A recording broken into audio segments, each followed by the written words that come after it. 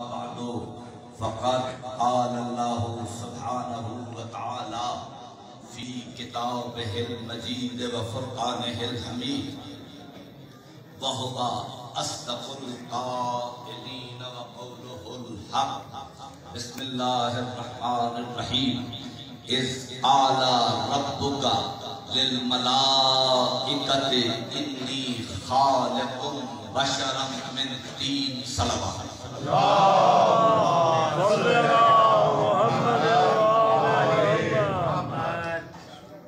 وقت مختصر ہے، چاہے اسے جشن ظہور سید الانبیاء کہیے یا عید میلاد النبی کہیے، جو بھی کہیے وہ اپنی اپنی جگہ پر درست ہے۔ آج میں عید میلاد النبی کہتا ہوں، مسلمانوں کے اس مشترکہ اجتماع میں عید میلاد النبی کہتا ہوں۔ عید میلاد النبی کہتے ہیں کہ عید میلاد النبی منانا درست نہیں ہے۔ کہا یہ جاتا ہے، اور آج کل سوشل میڈیا کا دور ہے اور اس میں بہت سے لوگ تکلیف میں زیادہ نظر آ رہے ہیں 2-3 سالوں میں، کہ یہ میلاد نہیں ہونا چاہیے۔ کہیں پہ یہ لکھا ہے کہ چونکہ یہ سرکار کے عہد میں نہیں ہوا، سرکار کے عہد میں نہیں ہوا، اس لیے یہ ناجائز ہے۔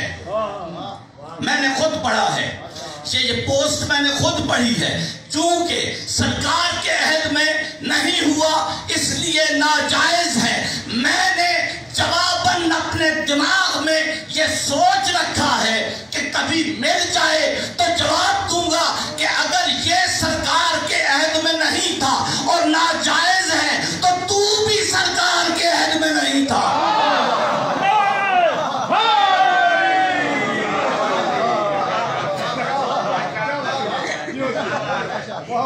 اس لیے جنہیں سرکار کے میلاد پہ خوشی ہوتی ہے وہ اپنی والدہ ماجدہ کے لیے دعا کیا کریں۔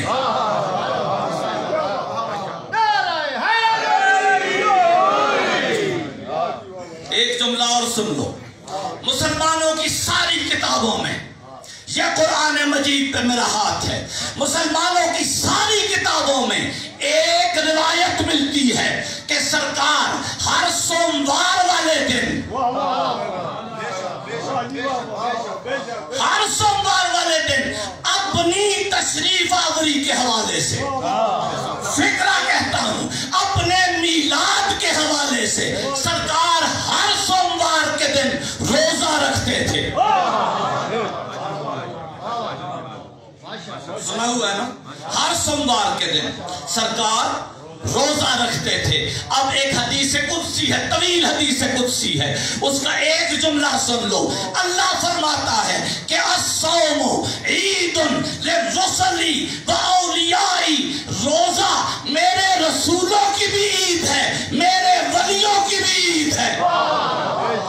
تو پاک رسول نے اپنے میلاد کے دن مہینے میں 4 بار میلاد کا روزہ رکھ کے دنیا کو بتایا کہ لوگوں تم ایک دن سے تنگ ہو، میری میلاد ہر مہینے میں 4 دفعہ ہوتی ہے۔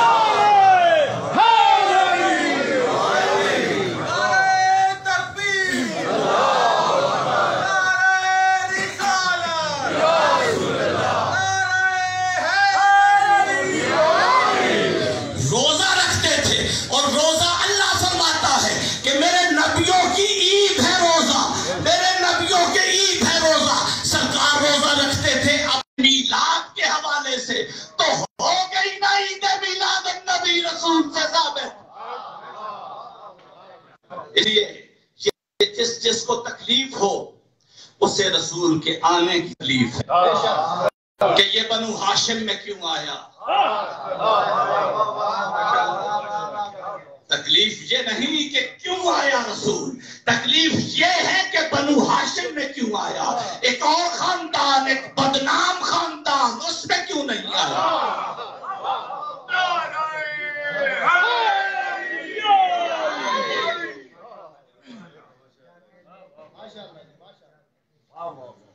یہ وہ شہنشاہ ہے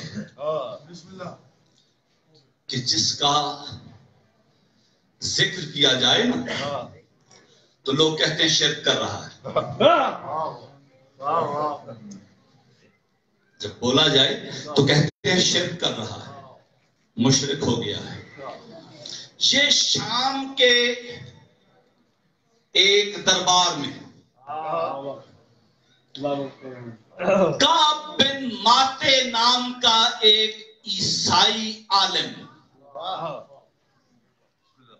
شاہ جی یہ بعد میں مسلمان ہوئے، اور ان سے روایات ہیں بہت ساری، خصوصاً علامہ مجلسی نے ان کی روایات پہ مبنی ایک باب قائم کیا ہے، ما روی عن کعب الاخبار، وہ جو کعب الاخبار نے روایت کیا۔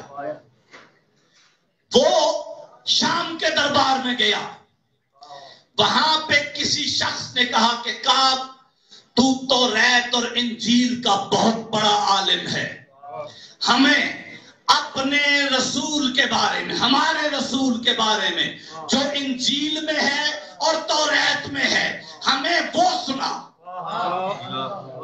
اب اسے قرآن کا تو نہیں کہہ سکتے تھے نا، وہ بنیادی طور پہ عالم تھا توریت کا اور انجیل کا۔ کسی شخص نے یہ فرمائش کی کہ کعب تو توریت اور انجیل کا بہت بڑا عالم ہے، بہت بڑا عالم ہے، ہمیں ہمارے رسول کے بارے میں کچھ بتا، ہمیں ہمارے رسول کی جو شان توریت میں اور انجیل میں بیان ہوئی ہے وہ سنا۔ کعب نے سنانا شروع کیا، لوگ اٹھے اور کہا کعب خاموش ہو جا، ہم نے تجھے رسول اللہ کی شان سنانے کا کہا ہے، تو ہمیں اللہ کی شان سنا رہا۔ ہم نے تجھے رسول اللہ کی شان سنانے کا کہا ہے، تو ہمیں۔ تو یہ اس ذات کا کمال ہے کہ ذکر ہوتا ہے ان کا، لوگ سمجھتے ہیں اللہ کا ذکر ہو رہا ہے۔ رک جاؤ، صرف یہی ذات نہیں، یہ اس گھرانے کا کمال ہے، یہ اس گھرانے کا کمال ہے کہ جس کا ذکر کرو، پہلے محمد سے لے کے آخری محمد تک جس کا ذکر کرو، لوگ کہتے ہیں خدا کا ذکر ہو رہا ہے۔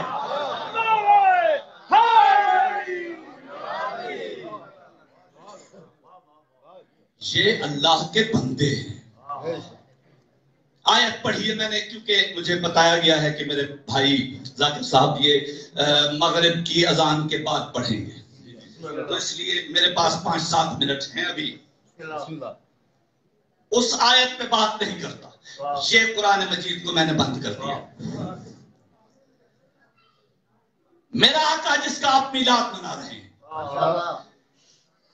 یہ میں نے ان بچوں کو بتایا کہ میں اس جملے پہ بات کرنا چاہتا ہوں۔ یہ وہ شہنشاہ ہے جو آدم علیہ السلام سے لے کے عیسیٰ علیہ السلام تک ہر نبی کی مشکل میں کام آتا ہے۔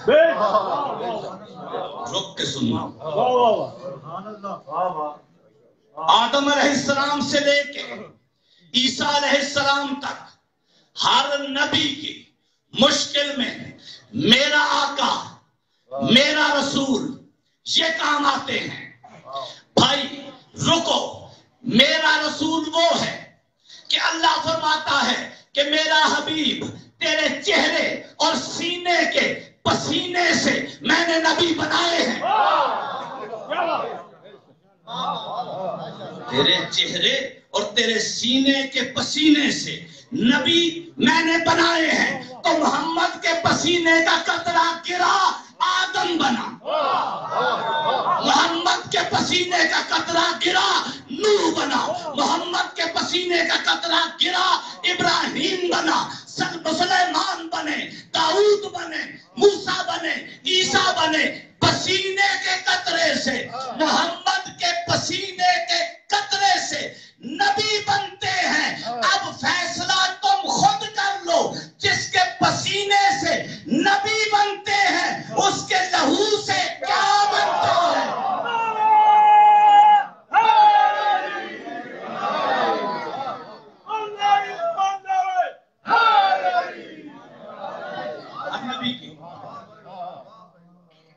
ہر نبی کی مدد، لیکن مدد کیسے؟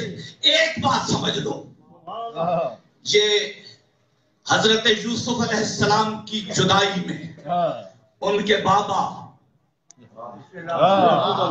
حضرت یعقوب علیہ السلام روتے رہے، اتنا روئے کہ آنکھوں کی بینائی چلی گئی۔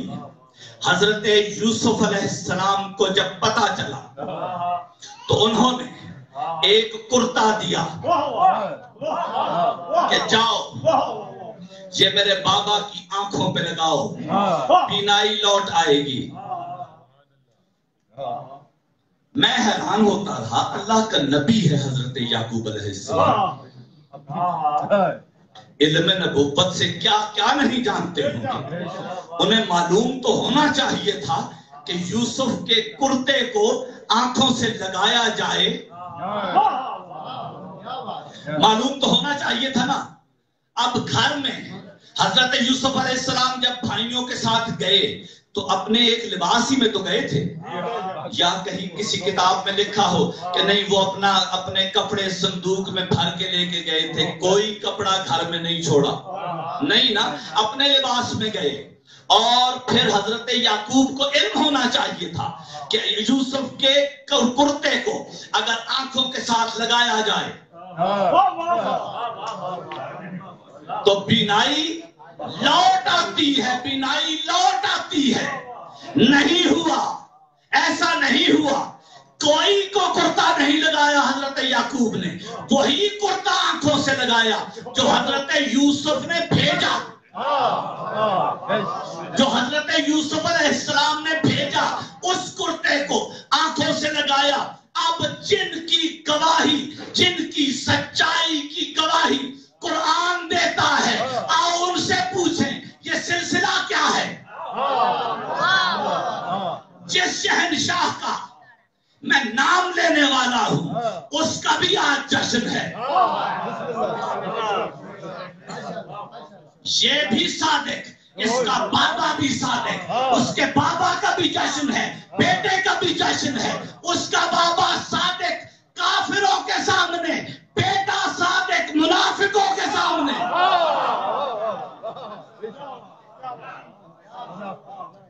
میرے مولا امام جعفر صادق علیہ السلام،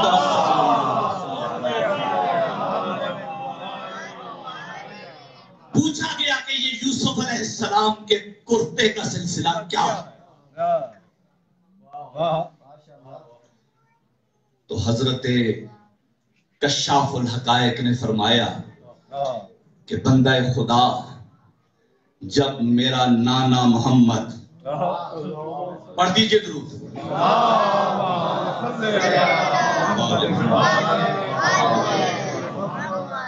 اپنے اصلی وطن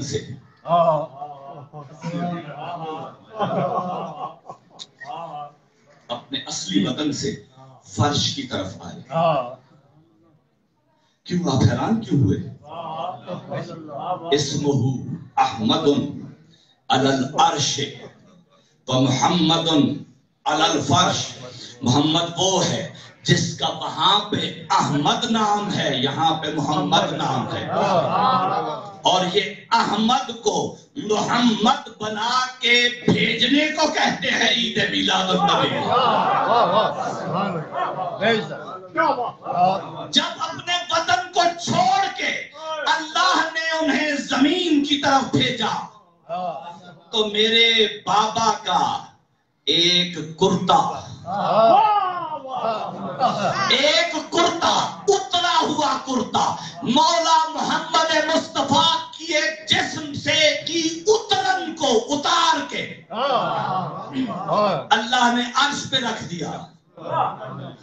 اب جس نبی کو جب بھی کوئی تکلیف ہوتی تھی، نوح علیہ السلام طوفان کو دیکھ کے گھبرائے، اللہ نے کرتا بھیجا. ایوب علیہ السلام بیماری سے تنگ ہوئے، اللہ نے کرتا بھیجا، شفا مل گئی. سمجھ میں بات آ رہی ہے؟ اللہ نے کرتا بھیجا. ابراہیم علیہ السلام آگ میں گئے، اللہ نے کرتا بھیجا، آگ گلزار ہو گئی. تو یہ رسول کی مشکل کشائی کی بات نہیں ہے، یہ تو کرتے کی مشکل کشائی کی بات ہے.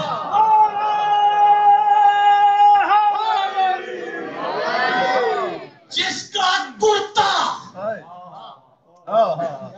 جس کا کرتا شاہ جی، جس کا کرتا، جس کے بدن سے اتری ہوئی اترن نبیوں کی مشکل کشائی کرے، اسے محمد کہتے ہیں. بدن سے اترا ہوا لباس نبیوں کی مشکل کشائی کرے. اب یہ کرتے کا کرشمہ ہے جو میں نے آپ کے سامنے رکھا. اب ایک جملہ اور سنو کہ جس کا کرتا شاہ جی، جس کا کرتا نبیوں کا مشکل کشا ہے، جس کا کرتا، جس کا کرتا نبیوں کا مشکل کشا ہے، جو نہیں جس کا کرتا نبیوں کا مشکل کشا ہے، کرتا کرتا جس کا کرتا نبیوں کا مشکل کشا ہے، تو جس کے بارے میں وہ یہ کہے کہ لہموں کا لہمی یالی،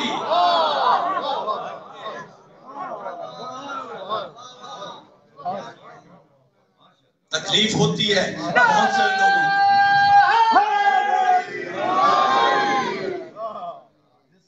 شالی تیرا لہو میرا لہو، تیرا گوشت میرا گوشت، تیری جان میری جان، یعنی تیری روح میری روح. تو عزیزان محترم، یہ کرتا کس کا ہے؟ پاک رسول کا. تو جس کا کرتا مشکل کشا ہے، اس کا لہو نبیوں کا مشکل کشا ہے. جس کا کرتا، اس کے لہو کے بارے میں کوئی یہ شاہ جی یہ نعرہ آپ لگایا کرتے ہیں کہ نبیوں کا مشکل کشا. تو جس محمد کا کرتا مشکل کشا ہو سکتا ہے، اس کا لہو مشکل کشا نہیں ہے. یہ تو بہت چھوٹی بات ہے ان کے لیے. لیکن ایک جملہ اور سن، خندق کی جنگ کے علاوہ مولا علی کو کبھی زخم نہیں لگا. شاہ جی تاریخ کے پورے شعور کے ساتھ عرض کر رہا ہوں کہ خندق کے علاوہ کسی جنگ میں امیر المؤمنین علیہ السلام زخمی نہیں ہوئے.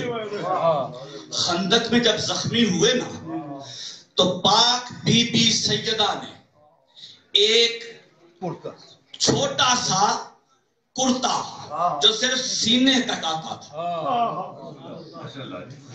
بی بی نے وہ اپنے ہاتھوں سے بنایا.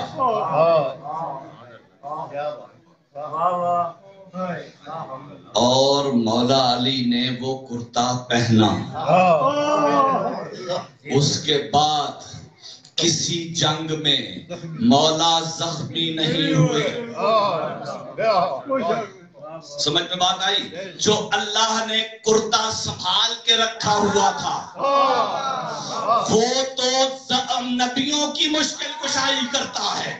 اور جو علی نبیوں کی مشکل کشائی کرتا ہے، اسے زخموں سے بچانے کے لیے زہرا کا عطا کیا ہوا کرتا ضروری ہے.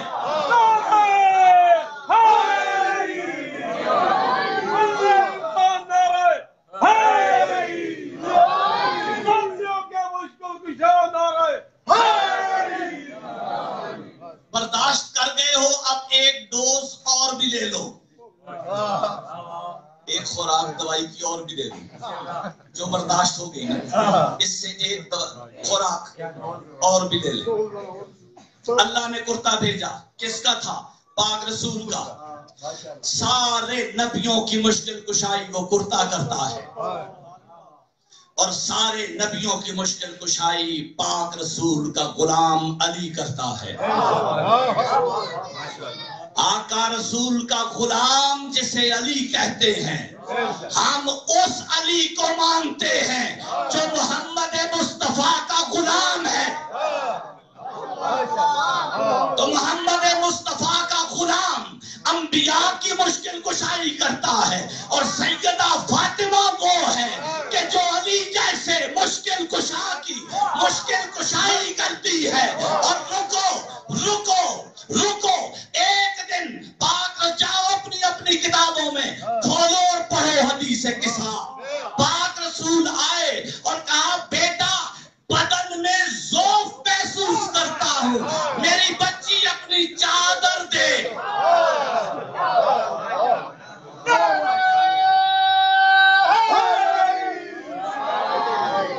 اللہ نے کرتا بھیجا پاک رسول کا، نبیوں کی مشکل کشائی ہوئی، نبیوں کا مشکل کشا علی سیدہ سے